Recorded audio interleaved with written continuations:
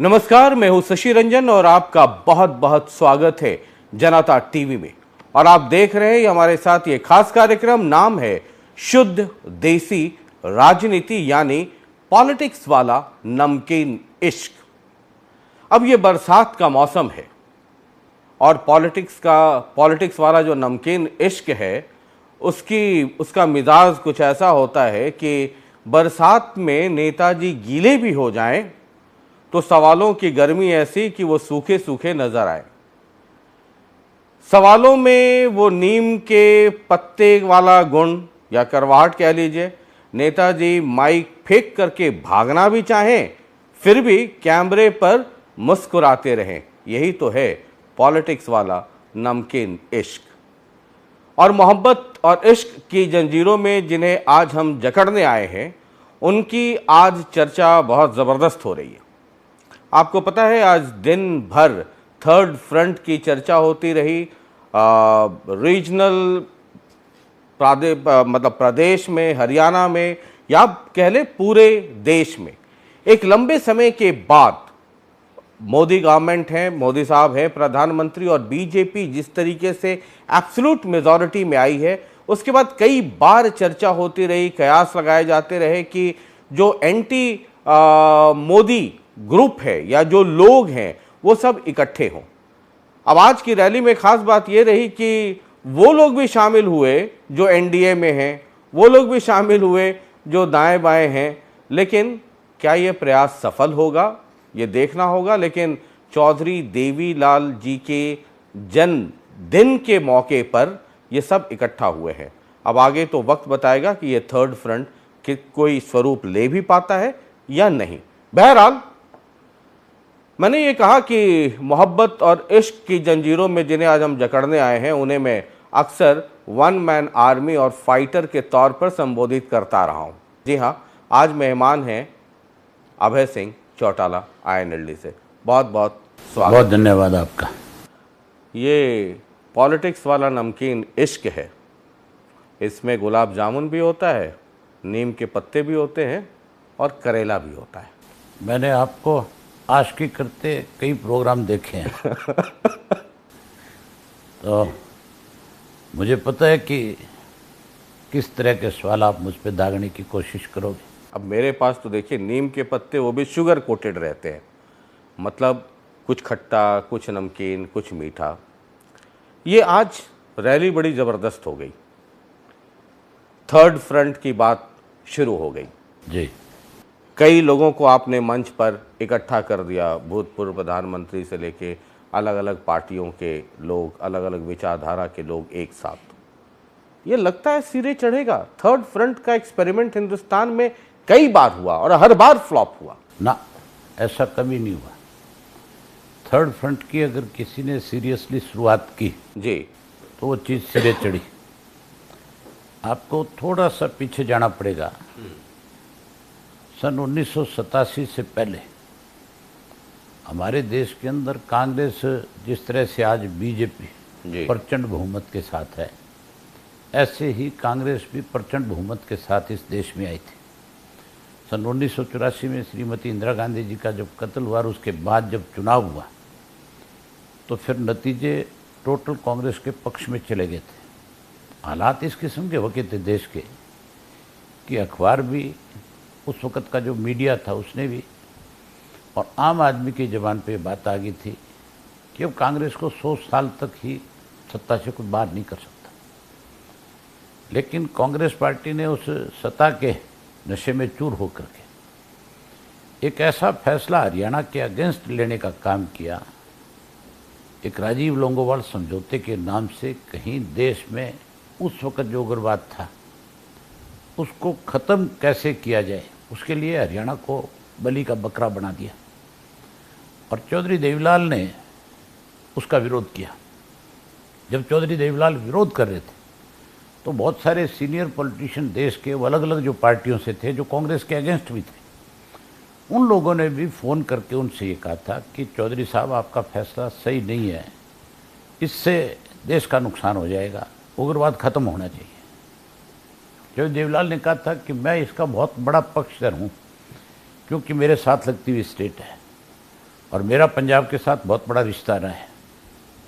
जितना आप पंजाब को नहीं समझ सकते, जितना आप नहीं जान सकते, मैं उससे कहीं ज़्यादा इस पंजाब को समझता और जानता हूँ।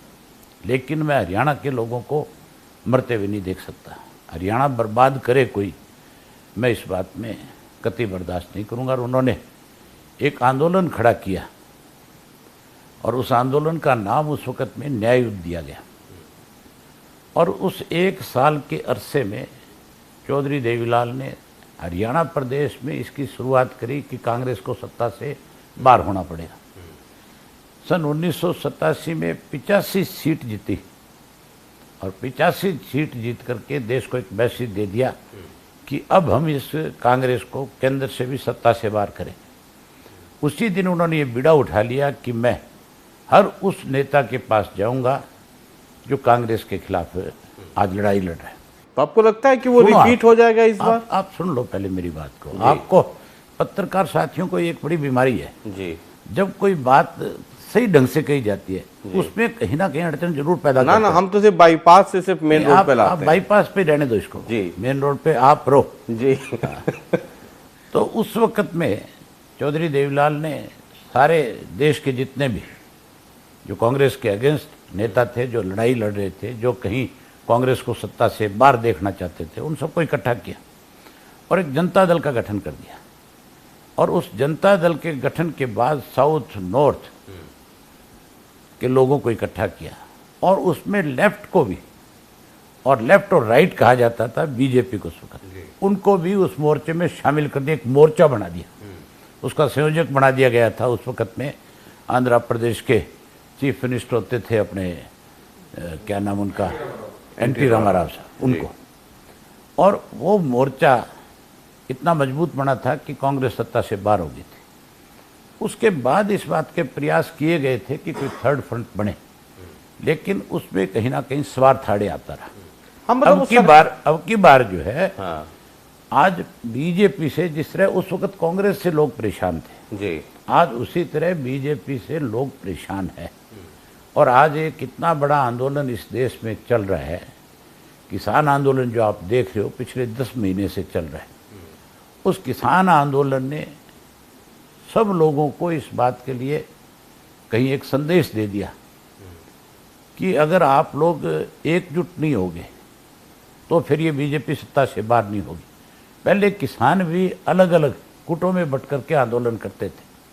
ये पहली दफ़ा है कि एक संयुक्त किसान मोर्चा बन गया और उसका नतीजा आप देख लो कि 10 महीने से किस तरह से किसान संयुक्त होकर के इस लड़ाई को लड़ने का काम कर रहे हैं। मैं आता हूं इसी तरह ये जो आज जो जमघट लगा नेताओं का, आज जो नेता आज मंच साझा करके गए हैं, मैं आपसे यही कहना चाहता था कि अब इन नेताओं को भी, इन लाखों लोगों ने आज ये संदेश दिया है कि हम चाहते हैं कि आप इकट्ठा हो जाओ और आप इकट्ठे होकर के एक ऐसा मोर्चा बनाओ जिससे लोगों का एक विश्वास बने।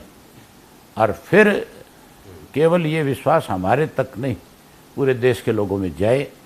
और मैं इस बात को जहाँ तक समझता हूँ कि हर हालत के अंदर तीसरा मोर्चा बनेगा। और अब तो इसकी शुरुआत है, आज तो एक मैसेज संदेश है। अब इनकी आपस में नेताओं की बैठ करके मीटिंगें होंगी, उनमें आगे रूपरेखा को इसकी तैयार मतलब ये नींव है। आप ये नहीं कह सकते कि आज ही तीसरा मोर्चा बन गया। मतलब शुरुआत है। हाँ, इसकी शुरुआत है। इसकी एक शुरुआत है। और हम परमात्मा से इस बात के लिए दुआ करेंगे, प्रार्थना करेंगे कि ये सफल हो, ताकि इस देश से अहंकारी लोगों से पीछा छूटे। कई लोग ये कह रहे हैं, जो आपको पता है कि पॉलिटिक्स में बेइंतहा इश्क तो है ही, तो जो आपसे मोहब्बत करने वाले लोग कुछ इधर कुछ उधर, वो ये कहते हैं कि आज का ये जो आयोजन हुआ एनएलडी ने चौधरी देवीलाल जी के नाम पे किया, तो ये तो खैर बहुत पहले से होता रहा है, हर साल होता रहा है, लेकिन ये जो थर्ड फ्रंट का नाम और ये सब इसलिए है कि आईएनएलडी आज अपनी वजूद की लड़ाई लड़ रही है। मतलब एक एमएलए थे, वो भी इस्तीफा दे दिए, तो अब 0 है। तो ये थर्ड फ्रंट एक बहाना है, आईएनएलडी अपने को पुनर्जीवित करने की कोशिश कर रही है। Indian national Lokdal party Chaudhary Devilal का लगाया हुआ पौधा है। उन्होंने इस पार्टी को नाम दिया था और चौधरी देवीलाल को राजनीतिक तौर पे कमज़ोर करने की बहुत बार प्रयास इस देश में हुए। आप पीछे जब हिस्ट्री देखोगे उनकी, तो अनेक बार इस तरह के हालात पैदा किए कि चौधरी देवीलाल को कमज़ोर कर दिया जाए। जब जब उनको दबाने की कोशिश करी, कमज़ोर करने की कोशिश करी, वो उभर के आए। इंडियन नेशनल लोकदल पार्टी को कमज़ोर करने के प्रयास कई दफ़ा हुए, कई दफ़ा इसका वजूद ख़त्म करने की लोगों ने कोशिश करी है। लेकिन जिन लोगों ने आईएनएलडी का वजूद ख़त्म करने की कोशिश करी, आज वो बेचारे अपने वजूद की लड़ाई लड़ रहे हैं। आज उनका वजूद क्या है ये मुझे कहने की ज़रूरत नहीं है, इससे आप मेरे से ज़्यादा वाकफ़ हो। आज आप रोज़ सोशल मीडिया को देखते हो, आज आप रोज़ अखबार पढ़ते हो, आज रोज़ आप उन लोगों के इंटरव्यू करते हो, कैसे वो लोग बेचारे आपके सवालों के जवाबों में फंस करके आपसे कहीं वो कड़वा नीम जिसको मीठा कर रहे हो आप, उस कड़वाहट से बचना चाहते हैं। लेकिन लोग जो है बहुत जल्दी गलतफहमी भी किसी में पैदा कर देते हैं और लोग ही बहुत जल्दी उस गलतफहमी को दूर भी कर देते हैं। कईयों को गलतफहमी हुई थी, अब लोगों ने वो गलतफहमी दूर कर दी। जी, आप जो कह रहे हैं कि ये लाखों की भीड़ और बहुत सफल रैली आज की है ना, जेजेपी में ये मैं नहीं कह रहा, कोट कर रहा हूं, ये मैं नहीं कह रहा। हाँ नहीं ठीक है, तो आप कह रहे हो। हाँ मैं ये कह रहा हूं कि जेजेपी मैं कोट कर रहा हूं, वो कहते हैं और उनके जो कर्ता धर्ता हैं अजय सिंह, वो ये कहते हैं कि आईएनएलडी और यही देवीलाल जी की जयंती पहले बड़ी बड़ी रैलियां होती थी, अब देखिए पार्टी की हालत ये है कि टीन के शेड में और अनाज मंडी में ये रैली करनी पड़ रही। जिस जननायक जनता पार्टी की बात आप कर रहे हो वो जयचंदों की पार्टी है, वो उन लोगों की पार्टी है आज जिन्होंने हरियाणा प्रदेश के लाखों लोगों के साथ विश्वासघात किया है। जो आज इस किस्म की बात कहते हैं कि आज मंडी में टीन में कर रहे हैं, उनसे कहो ना तुम अपना दरवाज़ा भर के ही दिखा दो। हमारे तो ये लाखों लोग जो है आज चौधरी देवीलाल के प्रति अपनी श्रद्धा सुमन अर्पित करने आए। उन लोगों ने तो चौधरी देवीलाल की नीतियों को बीजेपी के ले जा करके गिरवी रख दिया। उन्होंने तो चौधरी देवीलाल के नाम से लोगों के जो वोट लिए, उन लोगों के साथ कितना बड़ा विश्वासघात किया। आज अगर वो चौधरी देवीलाल के सही मायने में उनकी नीतियों को आगे बढ़ाने वाले होते तो आज 108 लोगों को लेकर के कहीं चौधरी देवीलाल की जयंती नहीं मनाते। फिर तो हमारी तरह लाखों लोगों को बुला करके चौधरी देवीलाल के प्रति श्रद्धा सुमन अर्पित कराते। वो कौन होते हैं चौधरी देवीलाल? कल ही सारी मूर्तियाँ जिन जिन पे ये लोग जाएंगे, हम उनको फिर गंगाजल से पवित्र करने का काम करेंगे। ऐसे लोगों को, जो लोग चौधरी देवीलाल के नाम को बेचना चाह रहे हैं, जो चौधरी देवीलाल के नाम पे कहीं दबा है, हम चौधरी देवीलाल की मूर्ति के उनको नज़दीक भी नहीं फटकने देंगे। हम कल ही उन मूर्तियों को, चौधरी देवीलाल के उन स्टैचूज़ को, आपको एक सीधा सा छोटी सी बात बता देता हूँ। चौधरी ओम प्रकाश चौटाला ने तो चौधरी देवीलाल का स्टैचू लगाया था पार्लियामेंट के अंदर, और ये जो चौधरी देवीलाल के ठेकेदार बने घूम रहे हैं, इनको पूरे प्रदेश के अंदर कहीं चौधरी देवीलाल का स्टैचू लगाने के लिए ना तो पंचायत ने ज़मीन दी, ना कहीं और दूसरी जगह नगर पालिका नगर परिषद में मिली। आज सत्ता की साझेदारी कर रहे हैं, आज इस बात की ठेकेदारी उठाते हैं कि हम सरकार में हैं, हमारे पास डिप्टी चीफ मिनिस्टर का पद है, लेकिन आज उनके पास सरकार में रहते हुए कहीं कोई जगह नहीं मिली, इसलिए एक छोटे से गांव में जाकर के चौधरी देवीलाल का स्टैचू लगा करके कहीं अपनी झेप मिटा रहे बेचारे। अगर चौधरी देवीलाल के सुनो, अगर ये चौधरी देवीलाल के सही मायने में बारिश बढ़ना चाहते थे तो फिर आज सरकार के गले में हाथ डाल लेते। अगर इनकी जगह मैं होता तो सरकार के गले में हाथ डाल के कहता चौधरी देवीलाल का स्टैचू विधानसभा में लगाओ, और आज विधानसभा में चौधरी देवीलाल का स्टैचू लगना चाहिए था। हमारी सरकार बने, मैं आपको विधानसभा में चौधरी देवीलाल का स्टैचू लगा करके दिखाऊंगा कि ये चौधरी देवीलाल का सही सम्मान है, क्योंकि हरियाणा प्रदेश तो चौधरी देवीलाल की वजह से बना था। आज हरियाणा का कोई जननायक है, अगर हरियाणा को कोई जन्म देने वाला है, बनाने वाला है, तो उस शख्स का नाम चौधरी देवीलाल था। और उन चौधरी देवीलाल की स्टैचू अगर विधानसभा में नहीं हो तो फिर धिक्कार है ऐसे लोगों। आप चूंकि आईएनएलडी और जेजेपी, आप चूंकि इलेक्टोरल हिस्ट्री देख लें पिछले कई चुनाव में, तो ऐसा लगा कि आईएनएलडी का वोट जो है सो जेजेपी की तरफ शिफ्ट हुआ। आज की रैली भी हुई, धमाकेदार रैली है, कई नेता भी पहुंच गए, नेशनल मीडिया में भी चर्चा है।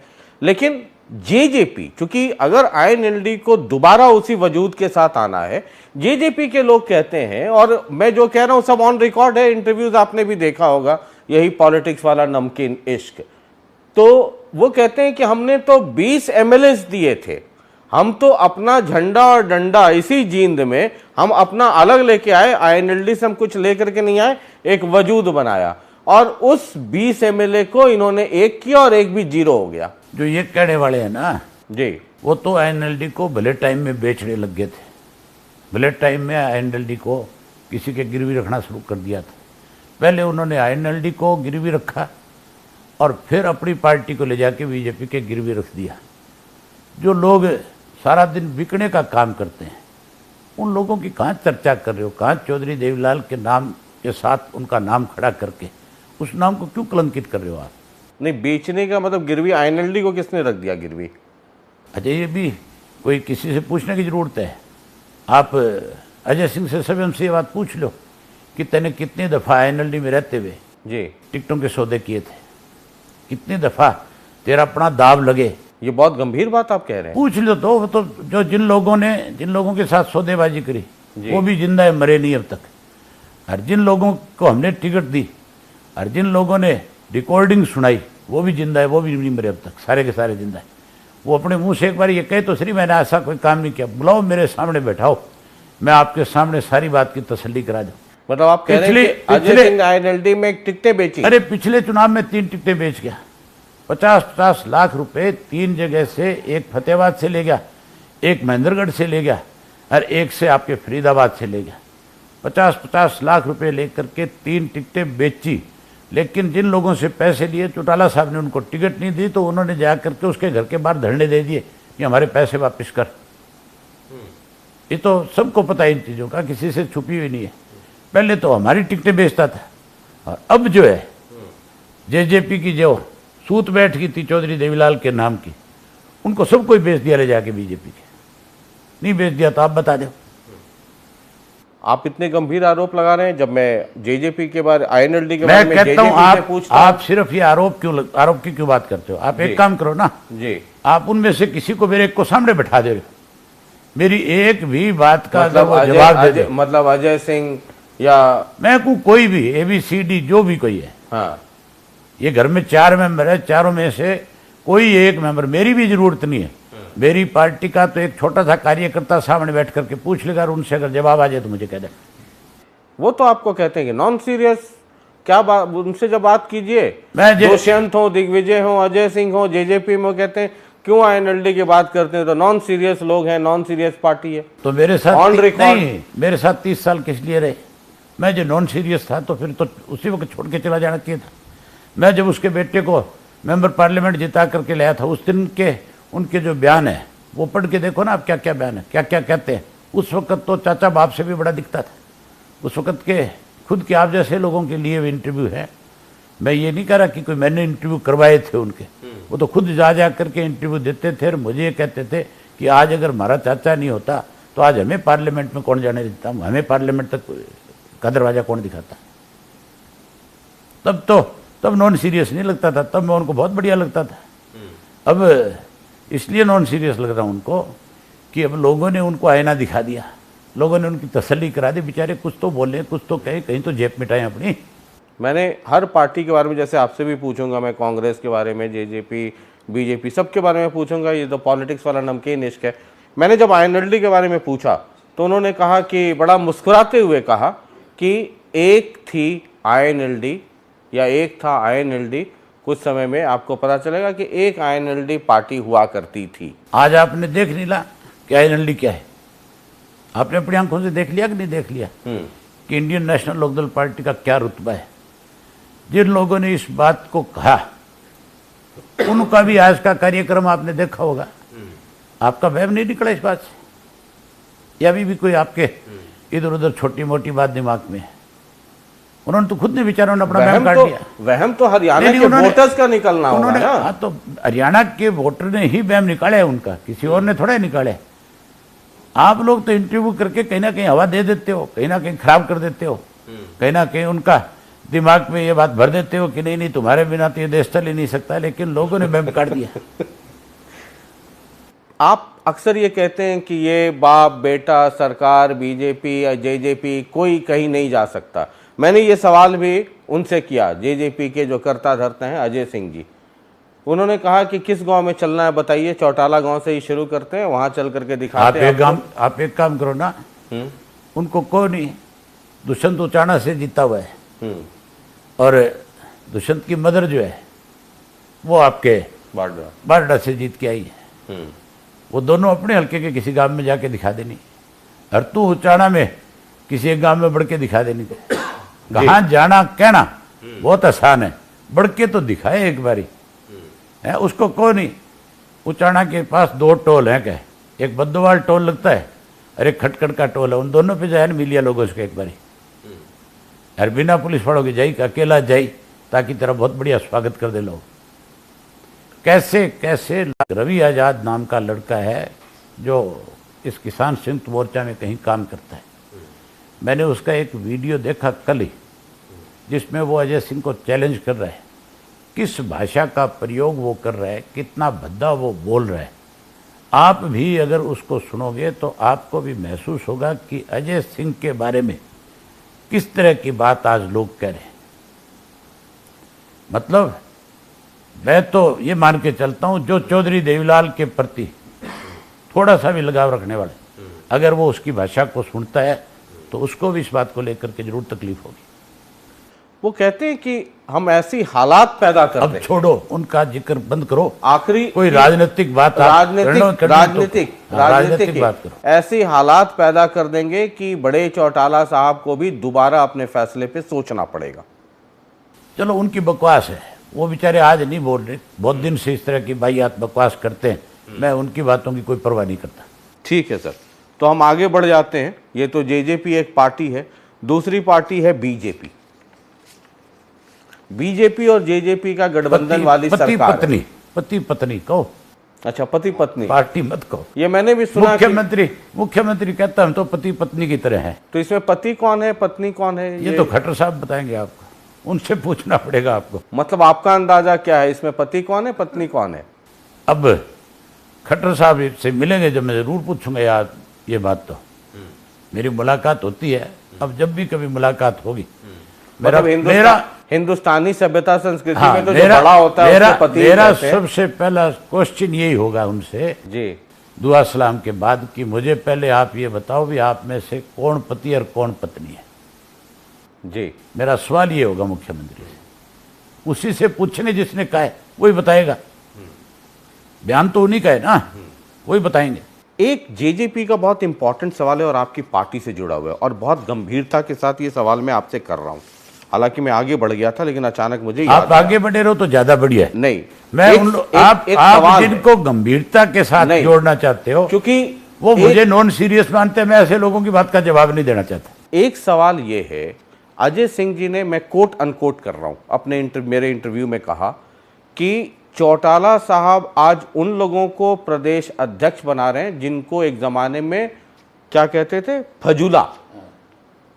तो अब आईएनएलडी की हालत ये है कि जिनको फजूला कहते थे आज उनके यहां वो लोग कर्ता धर्ता बन रहे हैं। मैं आपको बता तो रहा हूं भी, अजय सिंह को चौटाला साहब ने कितनी बार ये बात कही भी तेरे से ज्यादा बड़ा फजूला कोई नहीं है, और उसने तो वो काम किए जिसकी वजह से पार्टी की बदनामी हुई।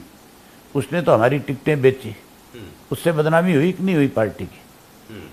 अनेक आरोप लगे हमारे ऊपर कि आईएनएलडी ने अपनी टिकट बेच दी थी। बेचने वाला कोई और थोड़ा ही था, इसने लिए पैसे। तो फजूला कौन है?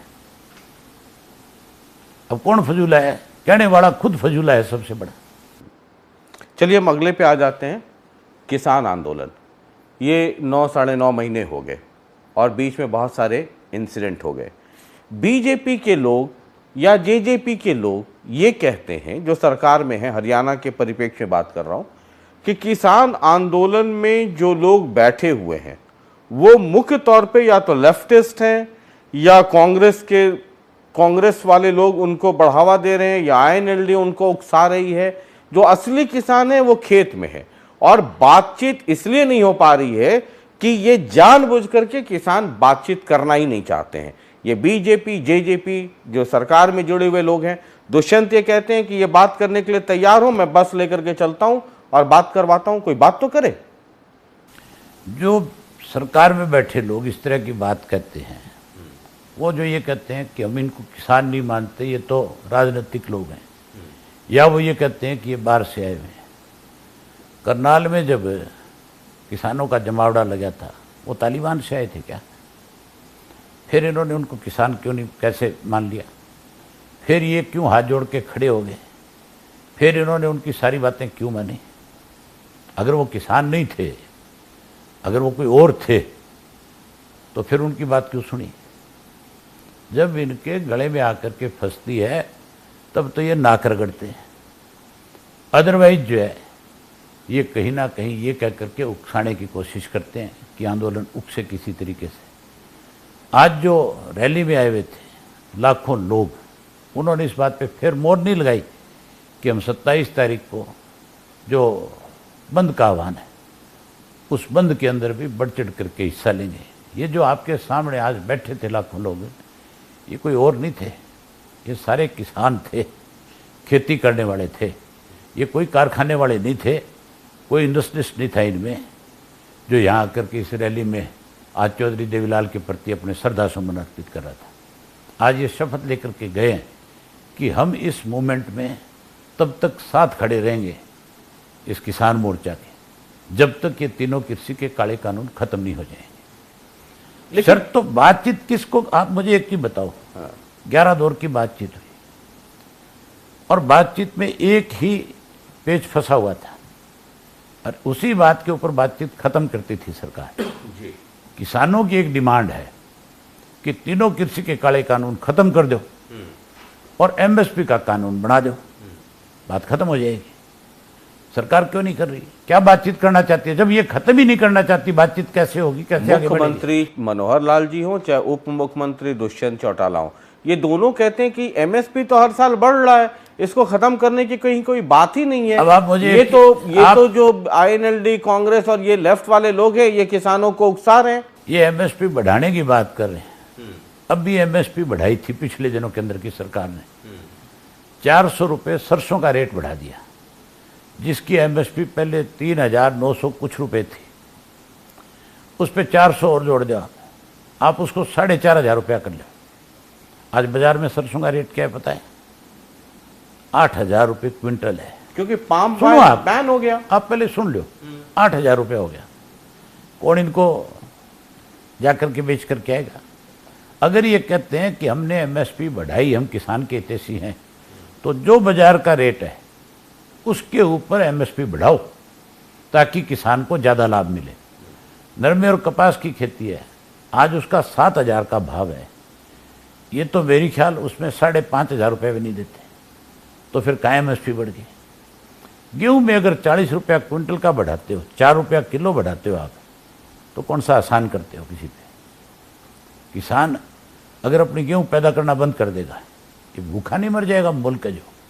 हाँ, तो एमएसपी से तो कोई छेड़छाड़ नहीं है ना? नहीं, छेड़छाड़। एमएसपी कहाँ है फिर? एमएसपी आप उसको कहोगे जो बाजार भाव हैं आपके हर साल के, उससे आप सरकार ज्यादा पैसा दे, उससे किसान को लाभ होगा।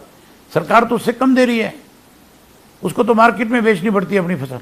तो अच्छी बात है कि मार्केट में, अगर प्राइवेट मार्केट में ज्यादा दाम पे बिक जाए तो अच्छी बात है। नहीं, जिस दिन प्राइवेट मार्केट, इन 3 काले कानून बने हुए हैं, और जिस दिन ये सारी की सारी खरीद जब अंबानी और अडानी जैसे लोग कर जाएंगे और फिर वो स्टॉक करके 7,000 रुपये वाली चीज़ को 10,000 में बेचेंगे, तब किसका नुकसान होगा? तब क्या होगा? इसलिए चाहता है किसान कि सरकार ही उसकी फसल खरीदे और उसको बाजार के भाव से ज़्यादा एमएसपी के ऊपर बढ़ा करके पैसा दे, ताकि किसान भी खुशहाल रहे और जिस भाव फसल बिके उसी भाव फिर मार्केट में आम आदमियों को वो फसल मिले सारी की सारी।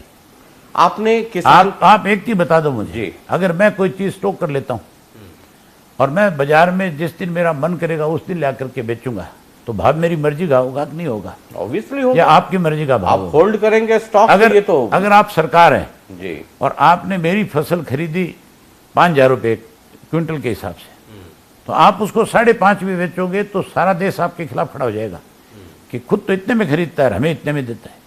सरकार की अलग जिम्मेवारी है, प्राइवेट आदमी का अलग काम है। प्राइवेट आदमी तो उसके पास कैसे पैसा जमा हो वो तो उसका खेल खेलेगा। हाँ तो भाई बिजनेस कर ही रहा है मुनाफे के हाँ लिए। तो वही तो कह रहा हूँ ना, पर बिजनेस एक अलग चीज है, आपकी इंडस्ट्री एक अलग चीज है, खेती अलग चीज है। खेती इंडस्ट्री नहीं है किसी के लिए।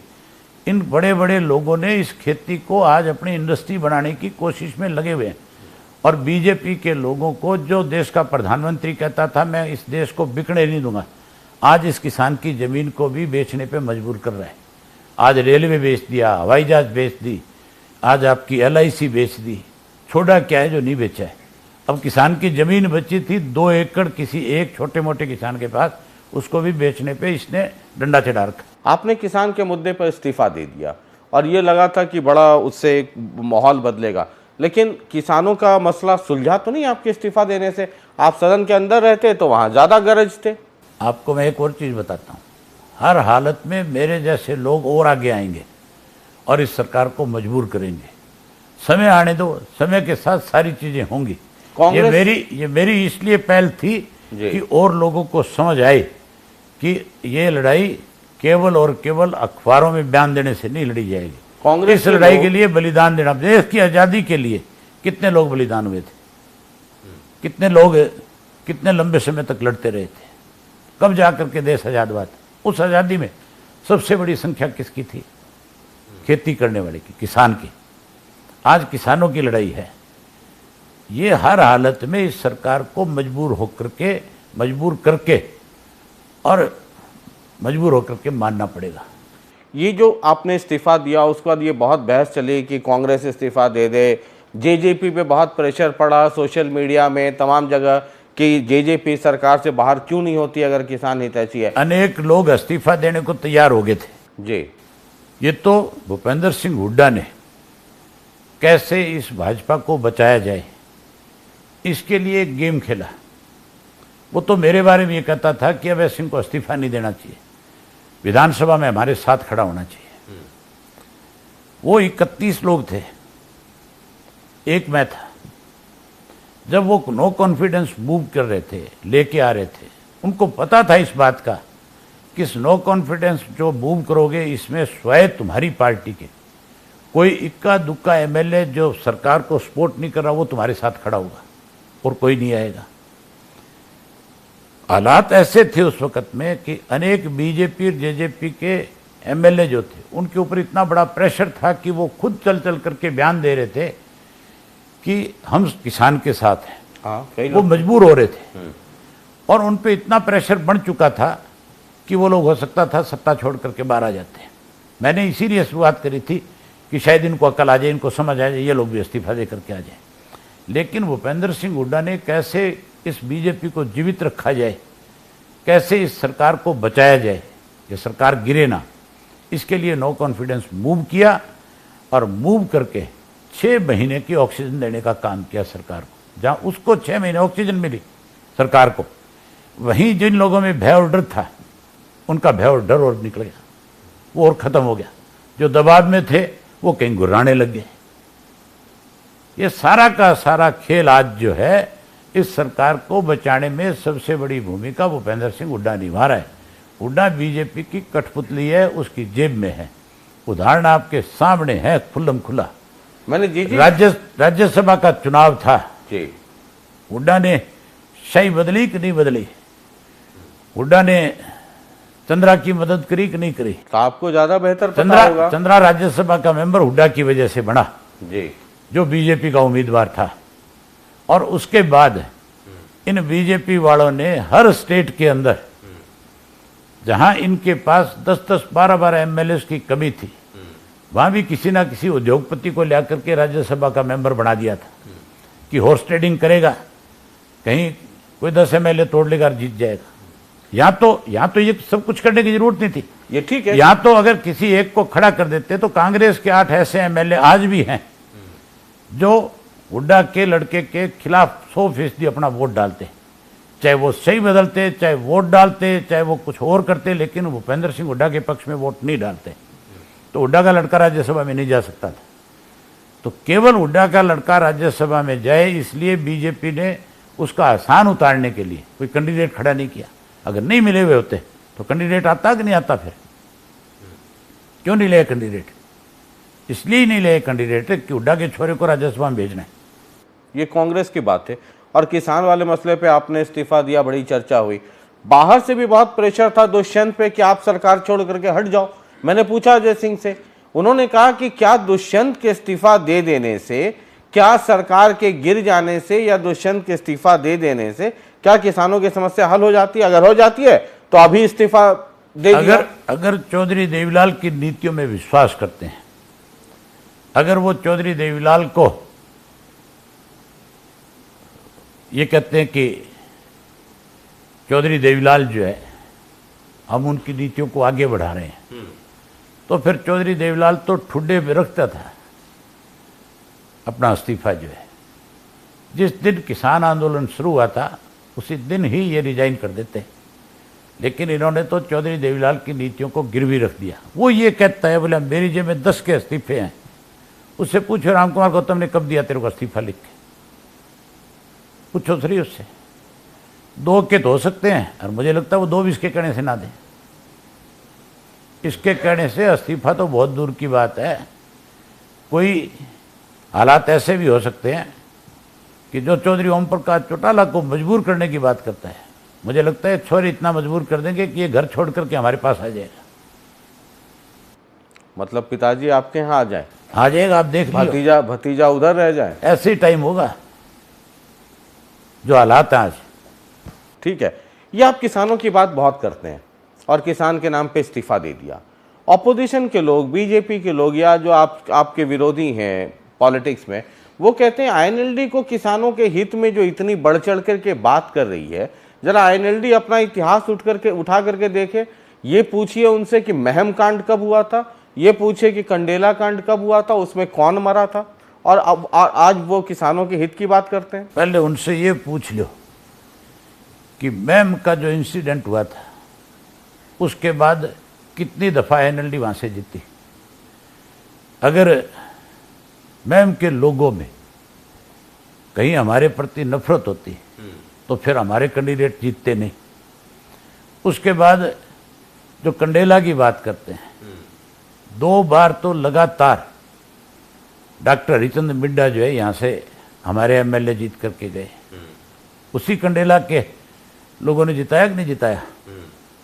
ये केवल और केवल राजनीतिक प्रोपगंडा है। एक सारा दिन ले दे के जब इनके पास और कुछ बचता नहीं बेचारों पे, तो इस पे आ जाते हैं मैम कांड हुआ था। मैम कांड हुआ, उस मैम कांड में इन्होंने मुझे मुजरिम बनाया था।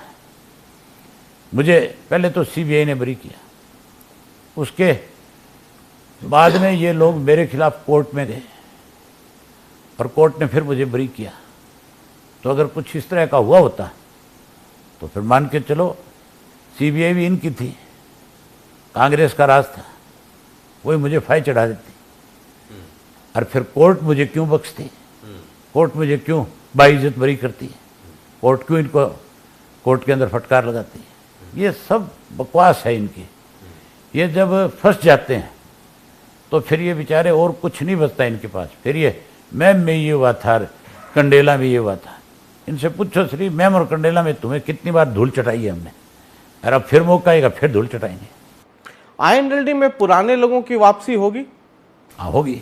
बहुत लोगों के घर आप आजकल जा रहे हैं, मतलब ये 25 के पहले बहुत लोगों के घर गए, बहुत खाना खाया, पुरानी दोस्ती सब याद आई, बहुत सिरे नहीं चढ़ा लगता है? बहुत सारी बातें जो है आज मैं आपसे शेयर नहीं कर सकता, लेकिन आप स्वयं ये लिखोगे, कहोगे आईएनएलडी के अंदर कोई राजनीतिक मतभेद नहीं थे किसी के। आईएनएलडी तो एक परिवार था। इस परिवार को कुछ लोग तोड़ने में कामयाब हो गए, कुछ लोग गलतफहमी में कहीं दूसरी जगह चले गए। समय बहुत बड़ा है, समय बहुत बलवान होता है। हमारे जितने भी कार्यकर्ता थे, आज आपने देखे कि लाखों की संख्या में जो लोग आए हैं, ये वही INLD का पुराना कैडर है, सारा का सारा। सब लोग घर वापसी करेंगे, हम उन सबको पूरा मान और सम्मान देंगे और INLD फिर शिखर पे पहुंच करके इस प्रदेश में सरकार बनाएगी। चलिए, आपका बहुत बहुत शुक्रिया। और मतलब पुनर्जीवित हो करके। अच्छा, आप ये बताओ जी, आज का जो माहौल आपने देखा है, हाँ, ये आप उसके बाद आप क्या कहोगे? आपके पुरानी आदत, मतलब इंटरव्यू मैं ले रहा हूँ नहीं, आपका, या आप मेरा ले रहे हैं? नहीं, इंटरव्यू नहीं ले रहा मैं, आपसे सच्चाई जानना चाहता हूँ। अब भीड़ थी? नहीं, कहाँ से आई? अब ये तो आप बताएंगे कहाँ नहीं, से आप आई? बताओ ना कहाँ से? ये हरियाणा नहीं, ये तालिबान से हैं। ये पाकिस्तान से नहीं है, नहीं, मैं पूछता हूँ, ये तालिबान से, पाकिस्तान से? ये तो कल सरकार में बैठे लोग ये कह देंगे ये सारे बाहर ही थे, ये सब तो बाहर से आए हुए थे, कह देंगे कि नहीं कह देंगे? ना, तब मैं खड़ा होकर कह दूंगा कि ये तालिबान से नहीं थे, सब हरियाणा से थे। तो अब भी कह दो ये सारे कह तो रहा हूं कि हरियाणा से थे, तालिबान से नहीं थे। तो फिर ये INLD की ताकत नहीं है?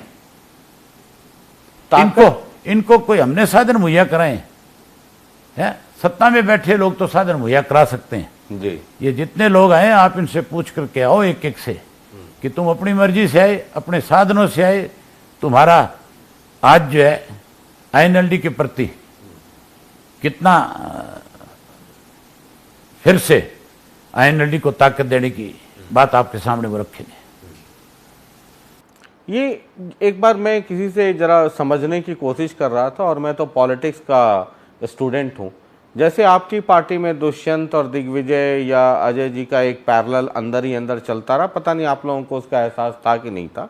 उसको मैं इससे जोड़ता हूँ, जो टीम दीपेंद्र है कांग्रेस में, वो एक पार्टी, एक संगठन, NGO जो कह लीजिए, वक्त आने पर वो तैयार हो सकता है। आपको लगता है कि अगले चुनाव के पहले हुड्डा साहब कांग्रेस में रहेंगे, या टीम दीपेंद्र वाली एक पार्टी अगले चुनाव से पहले हुड्डा जेल में होगा, कोर्ट फैसला कर देगी तब तक इसका। अच्छा, हाँ, अभी अगले चुनाव में 3 साल बाकी हैं, और MLA और MP जो भी कोई है, ये सुप्रीम कोर्ट की हिदायत है कि उसके केस का फैसला जो है 1 साल के अंदर अंदर करना है आपने। तो हर हालत में उससे पहले इसका फैसला आ जाएगा और ये 100% जेल जाएगा, ये नहीं बचेगा। तो वो कोई कांग्रेस, मतलब हुड्डा कांग्रेस कोई बनती हुई नहीं दिखती आपको? हुड्डा कहाँ है? हरियाणा में है, भूतपूर्व मुख्यमंत्री हैं, कांग्रेस के सबसे दबंग नेता हैं। इस दबंग ने कई दफा ऐसे ऐसे प्रयास करे थे, फिर ये दबंग एक ही दम खोड़ा क्यों हो जाता है? कभी शैलजा को हटाने की कोशिश करी, कभी अपने आप को स्थापित करने की कोशिश करी। इसने तो परिवर्तन रैली करी थी ना रोहतक के अंदर, ले आया नहीं परिवर्तन। कितनी बार दबाव बनाया, कितनी बार फिर इसने जो है सरेंडर किया। अच्छा, इलाहाबाद चुनाव कौन लड़ेगा? आप लड़ेंगे? आप चुनाव की चौटाला साहब लड़ेंगे, करण लड़ेंगे, अर्जुन लड़ेंगे, आप कहिएगा फिर मेरे घर में तुम आग लगा रहे हो। आप चुनाव की तारीख तय कराओ। हमने इलाहाबाद की जनता के ऊपर ये बात छोड़ रखी है कि वो जिसका फैसला करेगा वो ही चुनाव लड़ेगा। क्योंकि संभावना ये रहेगी कि बीजेपी JJP गठबंधन जैसे बड़ौदा में बीजेपी लड़ी, तो इलाहाबाद हो सकता है वो JJP को सीट मिल जाएगी, JJP लड़े, वहां से JJP लड़ी तो उनके यहाँ एक हैं फाइटर, एक दिग्विजय, वो लड़ जाए कहीं। आपको एक बात और बताता हूँ जी, आज की तारीख में भी कांग्रेस और बीजेपी मिली हुई है। आज मेरे रिजाइन को 8 महीने से ज्यादा समय हो गया।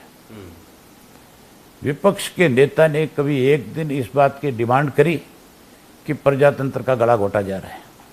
उसने कभी एक दिन ये कहा कि 6 महीने से ज़्यादा वक्त अगर किसी असेंबली की सीट का, पार्लियामेंट की सीट का निकलता है तो उसके कोई कारण होने चाहिए? कारण कोई है ही नहीं। कोविड का बहाना बनाया जा रहा है। हरियाणा प्रदेश में कोविड नहीं है, सरसा के अंदर एक भी कोरोना का केस नहीं है। कभी एक दिन शैलजा ने ये बात कही कि चुनाव होना चाहिए? इनको दोनों को इस बात का डर है कि इलाहाबाद का जिस दिन चुनाव होगा उस दिन थारी दोनों की पार्टी हाशिए पे आ जाएगी। ये तो हाशिए पे आने वाले लोग हैं इलाहाबाद के चुनाव के। इलाहाबाद तो इस बार बहुत इंटरेस्टिंग होने जा रहा है। टिकट बीजेपी JJP में जो मेरा अपना इंट्यूशन है वो JJP के खाते सीट जाएगी। जेजेपी से जाए तो हो सकता है दिग्विजय को वहाँ उतार दे लोग मैदान में, तो इंटरेस्टिंग हो जाएगा बहुत ज़्यादा।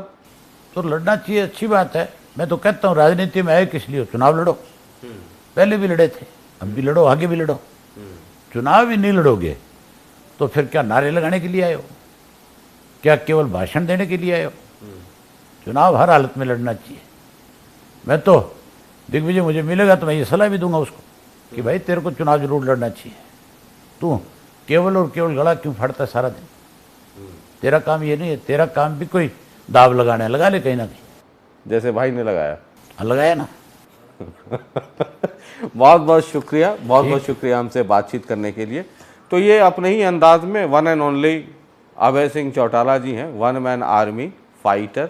आप अलग अलग नाम से कह लें। कई लोग कहते हैं बड़ा गुस्से वाले रहते हैं, हालांकि अब तक तो मेरा गुस्से से सामना नहीं हुआ। हो सकता है मुझ पर अगर गुस्सा होते भी हो तो पॉलिटिक्स का नमकीन इश्क है, मुस्कुराते रहते होंगे। बहरहाल आप लगातार देखते रहिए जनता टीवी, और अगले एपिसोड में फिर किसी और को मोहब्बत और इश्क की जंजीरों में जकड़ने चलेंगे। तब तक के लिए बहुत बहुत शुक्रिया, नमस्कार।